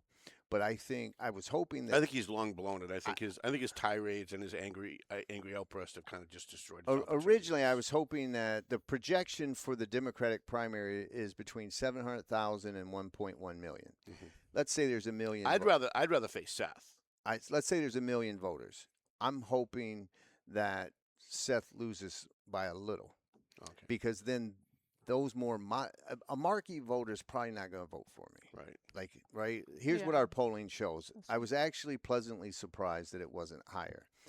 40%. Markey's getting 40% no matter what. They're voting for him because I'm a Republican. Period. I have an R in front of my name. They're not voting for me. I was afraid it was going to be 45, 46%, but it's at 40. His 53 years in age doesn't matter in a Democratic primary, but it matters to independents, and we have 67% here. So I'll be ready for Seth, and there's, on a personal level, I think Markey's kind of more likable than Seth. I don't know if you agree with that or not. But Markey's actually the same week that Seth Moulton assaulted a reporter for daring to put a camera in front of his face and ask him a question. And ask him a simple question. That same week, there was a right-wing, and I hate to say right-wing journalist because they don't go together, but it was right-wing media tried to ambush Ed Markey outside of one of his campaign events. And Ed Markey said, he asked him, so it was like a loaded question. I can't remember what it was, but Markey said, I've never really thought of that. Why don't you come inside and we'll sit down and we'll talk about it. Now, once they got inside and his handlers saw who he was talking to, it was a Nick Shirley kind of guy. Mm-hmm. It might have even been Nick Shirley. They were like, oh, no, you don't want, no, you got to get out. You're the opposition. But his instinct, he was willing to let this guy who was asking him a very loaded conservative question that was going to be embarrassing no matter how he answered it, and said, he was on his way, why don't you just come in with me and we'll sit down and we'll have a conversation about it. I want to know, where you're coming from. And his handlers are the ones. So that, to me, that shows the difference between the two men. Like, forget candidates, politicians, positions. The two men. One says, screw you, I don't want to answer any question that I haven't pre-approved because I'm better than you. And the other one says, well, that's interesting, I've never thought about that, let's sit down.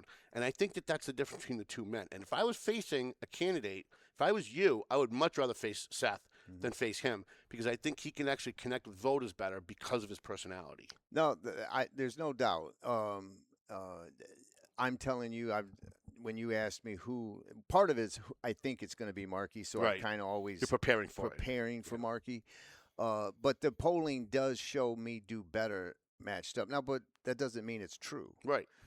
But the polling that we have shows me. We never thought Scott Brown had a chance. No. And listen, a lot can happen between now and then as well. I mean, Markey, to his credit, is not Joe Biden.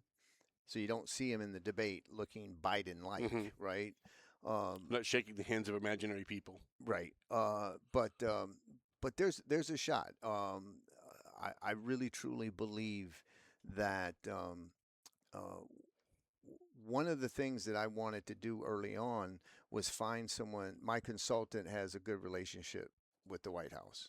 And the reason that is because I think at some point, if things are going the way I want, at some point someone's going to say, Mr. President, are you surprised at how close Massachusetts race? It might be late October, right? Or something like that.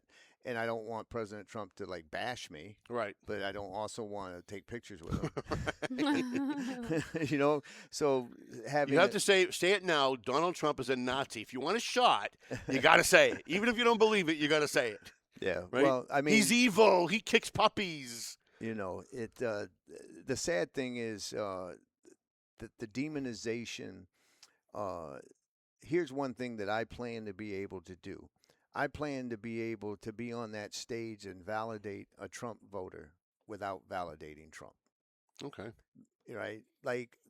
Shame on them for basically implying that if you voted for Trump, you're a bad person. You hate women. Right. You're racist. You're a xenophobe. Securing the border was enough for a lot of people. Right. Even if they don't like Trump, they Right. hate his tweets. They don't like him. They don't want to have dinner with him, but they want a secure border. And look at what it's done to Massachusetts because of the failed leadership here. Mhm. What now we have? Can you imagine if he one out hadn't of 18 are illegal here. But can you imagine if he hadn't secured the border? Instead of spending $4 billion on illegal aliens, we'd be spending $9 billion or $1 trillion on illegal aliens because there'd be more of them and they'd still be coming. Of course, right? they Like would. they would. The Democrats were never going to steal that border. We were going to get taken over from within 3 or 4 years. If Trump hadn't won this election, America was over. I really believe that. That's not hyperbole. I really believe that we would have been. Every terrorist, every Chinese spy, every Russian spy, every drug cartel member would be walking across that border, and they'd just be killing us in the streets. No, I told Elizabeth Warren. Of course, she called me a racist and a xenophobe. Well, of course, that's their go-to. Xenophobe for it. But I said when I went to the border in May of 2024, Border Security told me the number was 12 million that had crossed. And I said, well, it's closer to 50. I go, but even if it's 12 million, let's do the math. Right. And that may have been just the Yuma crossing. But the 12 million is, let's assume 90% are decent people wanting a better life. 1.2 million bad guys walking through your back door is a national security risk. Well, your answer could be and should be. I don't want to give you too much advice because you're smarter than I am. But we know from looking at you won almost high school, almost. But we know, and I even just wrote a story about the Methuen police chief. It retired, and we wrote the story for last month. And he was talking about how 2% of the people in Methuen, and this is true in every community, commit 95% of the crimes. Right. So this bullshit that we hear about voter fraud isn't widespread. It doesn't need to be widespread. That that crime isn't wide. It doesn't need to be, because even though 2% of the people committing 90% of the crime, it's still a lot of crime. That's right. And so if 98% of the people that come across the border are wonderful people who want to come here and contribute to our country, the 2% that they're letting in is going to cause more chaos than all the people here combined. Right. And that's the numbers game and the propaganda game that the Democrats and the media. But it's much worse than that. If you take Patriot 2.0, 1,400 illegals in Massachusetts were arrested during Patriot 2.0. Of the 1,400, 650 had felony charges. Okay, we're talking about rape, murder, child molestation. And they don't care. The Democrats just don't care. 5 of them were MS-13 Tres de Agua. 3 of them were on the terror watch list. And 247 of them had final deportation orders. So they were here even though a judge appointed by Obama or Biden signed off on final deportation. They came here because of sanctuary policies. Right. And so imagine someone on the terror watch list in one of those hotels. Imagine someone who has been deported by order of a Democratic judge sitting in a hotel getting food delivered to him. Free rent. While 300 people are sleeping on the streets of Lawrence right now. And most of them, by the way, are immigrants. Most of them are Dominican immigrants who came here, became citizens, did it right, and they either got divorced or they lost their job or something bad happened to them, they became addicted. And they're doing nothing for these people. It's so outrageous. Hey, this is my buddy. It's so outrageous that right here we have a living, breathing example of why this system can't be the way that it is. And they still look at us with a straight face and tell us that there's nothing they can do. Like they still, like every day, it's like while we're spending $4 billion on people who just got here and don't belong here, there's still nothing we can do to get these people off the streets of Lawrence. And the $4 billion is hard cost. That doesn't take into consideration first responders, education, infrastructure, water, the whole system. Right. It's crazy. So. It's why I brought up. I don't know if you saw it, but when I debated Seth Moulton, there was that one debate. I put him on the spot and said that Obama deported 3.1 million people in 8 years. And so I said to him, I go, I guess you disagree with that. And he was like, well, it was very aggressive. I go, so, and I just caught him up. He started stuttering. Right. And he basically said, yes, he agreed with. And what they don't want people to understand is that the reason why ICE is walking through our neighborhoods and making things less safe by going through neighborhoods to get some of these illegal aliens is because we don't honor the detainers when we have them in custody in prison. So under Obama, ICE could show up at the prison the day the guy's going to get released and take him into custody in the safety of the prison and then deport him because he's a rapist.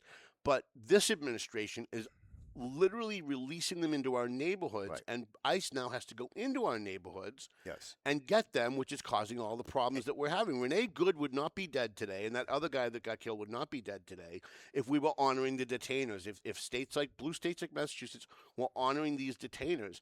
But this is what they want. The Democrats want this. They want the chaos in the streets. Of They course want they to be do. able to say, look how evil ICE is. They want, because they want to use that to stop ICE from deporting people. So now what I say to any Democrat or liberal that comes on my Facebook page or on this show or anywhere else that starts complaining about ICE, I say, okay, listen, I'm going to surrender because I believe in steering into the skid. Let's get to the bottom of this. Let's say ICE stops everything bad that they're doing today.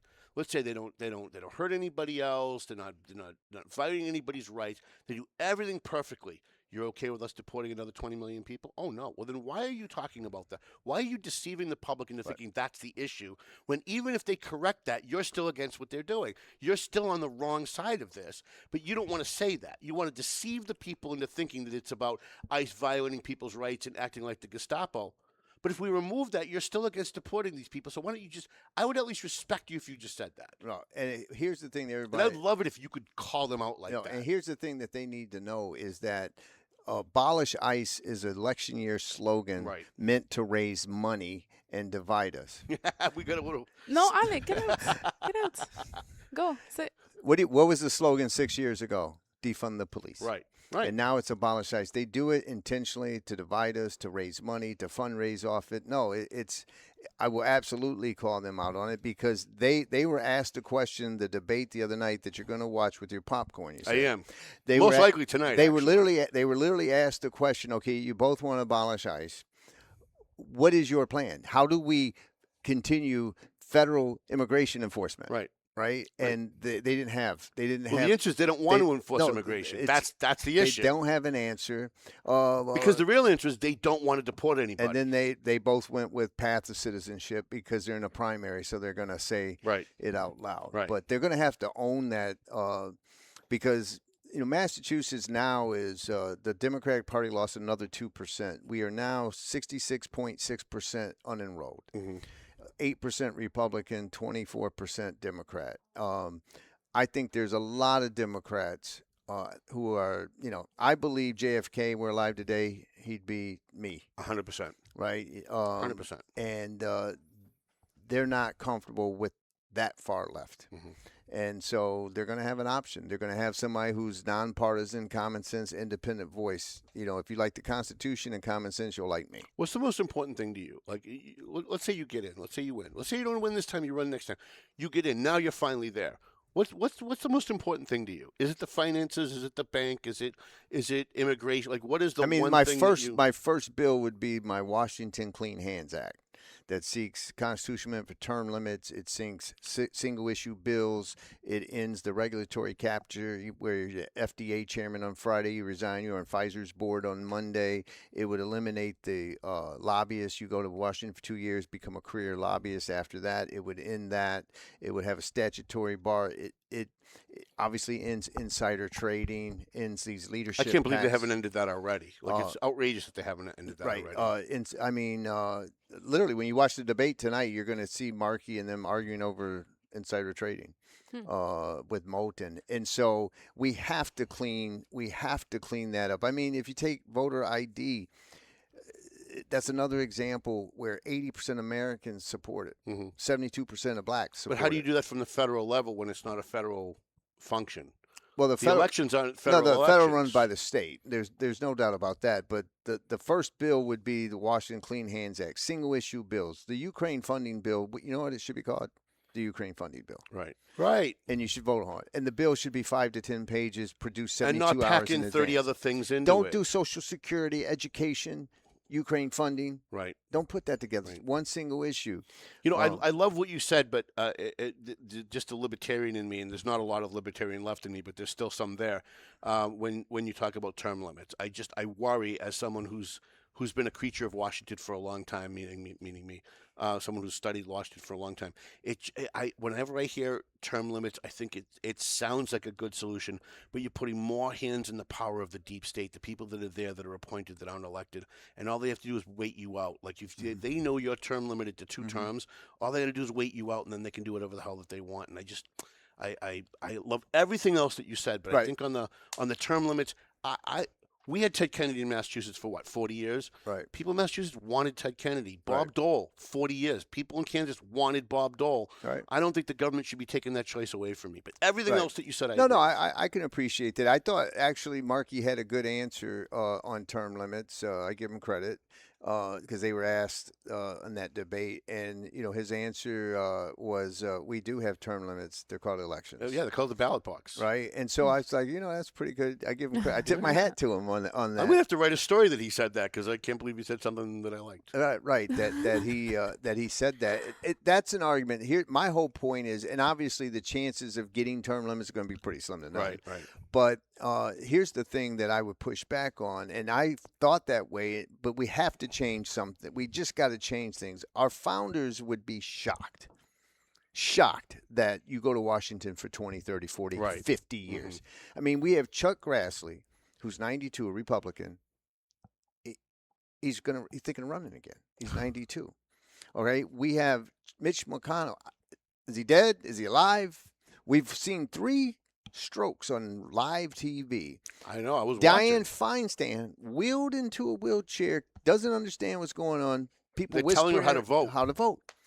Ed Markey, 53 years. He's a lawyer. I'm a lawyer in Massachusetts. Only one of us could be a state judge today, and it's me, because at 70 you have to retire in Massachusetts as a state judge. So, I don't know if it's age limits or term limits. But we have to figure something out to change because Washington is corrupt. How about getting? I know we have to go, and I know we're over. But how about getting rid of lobbying? I think one of the things that shocked me when I was very young, and I started studying about Washington, and I found out that you could pay a congressman to vote the way you wanted them to. That just seemed like legalized bribery to me, and I'm still offended by it.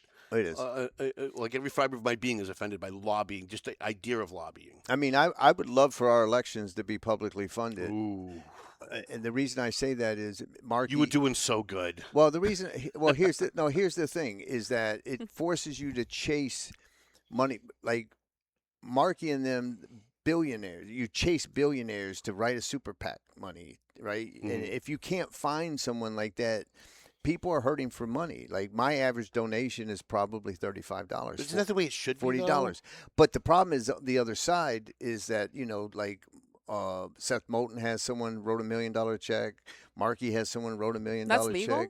Yeah, to a super PAC. Okay. To a super So PAC. it goes to the PAC, then the PAC just funnels it to them. Got it. And so, whether it's public funding or some kind of limitation, all I'm saying is it makes it very difficult to get that incumbent out. The other part that drives up the cost, and I know that we're over, but the other thing that drives me nuts. In fact, I had a very long fight with Chris Christie about this when he was running for president because I was on his campaign team, and I say to him, "You complain about the cost of running these elections. How much money are you spending on television and cable news versus local weekly newspapers versus local daily radio shows, which gets you more voters and more exposure and more love from the community than these big buys? All you're doing is you're giving it to Viacom. You're giving it to Comcast."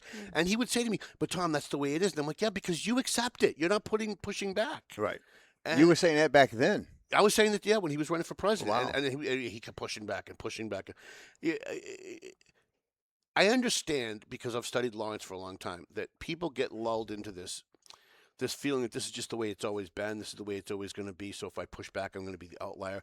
But I really believe those are the people that are brave. Right? Like we saw Francisco Polino, a liberal left-wing Democrat, Dominican from Lawrence, who's our state representative, voted against that partial birth abortion bill. And the excuse that I got from his colleagues that also represent Lawrence is, well, we have to do what our party tells us. We don't get a committee assignment. Right. They come in.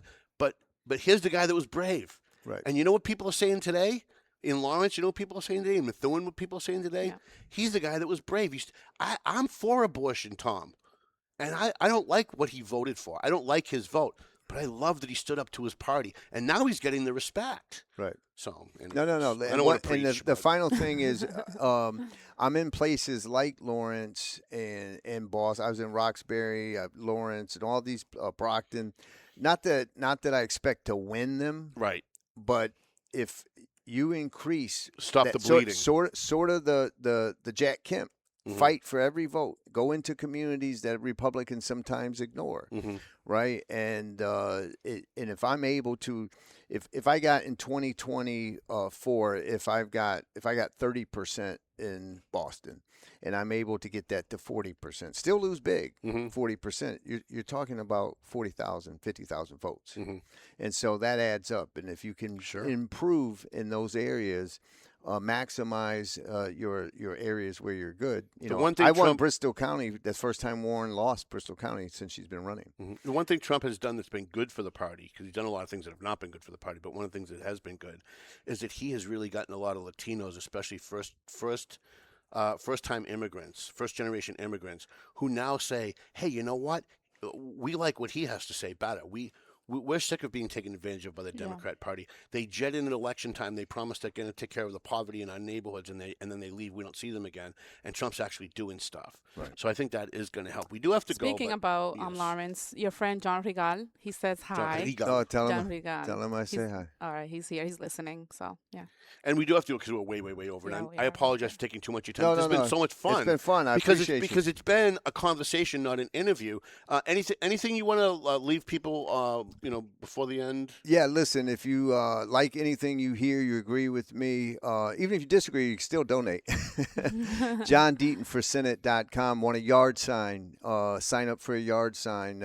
We can win this election. It's hard, but we can win it, and thank you. How do they contact you? Can you give them like an email, a phone number, how people can get in touch with you? Sure, John. The website again is JohnDeatonForSenate.com, and they can reach 857-472-2498. They can also go on X, John E. Deaton 1, Facebook, John E. Deaton. Thank you very much. And before we go, you can't win in Massachusetts if you're pro-life. Are you pro-life? I'm pro-choice. Pro-choice. The guy can win. The guy's got a shot. Okay. I'm pro-life. 100% pro-life. I don't even make excuses for rape and incest.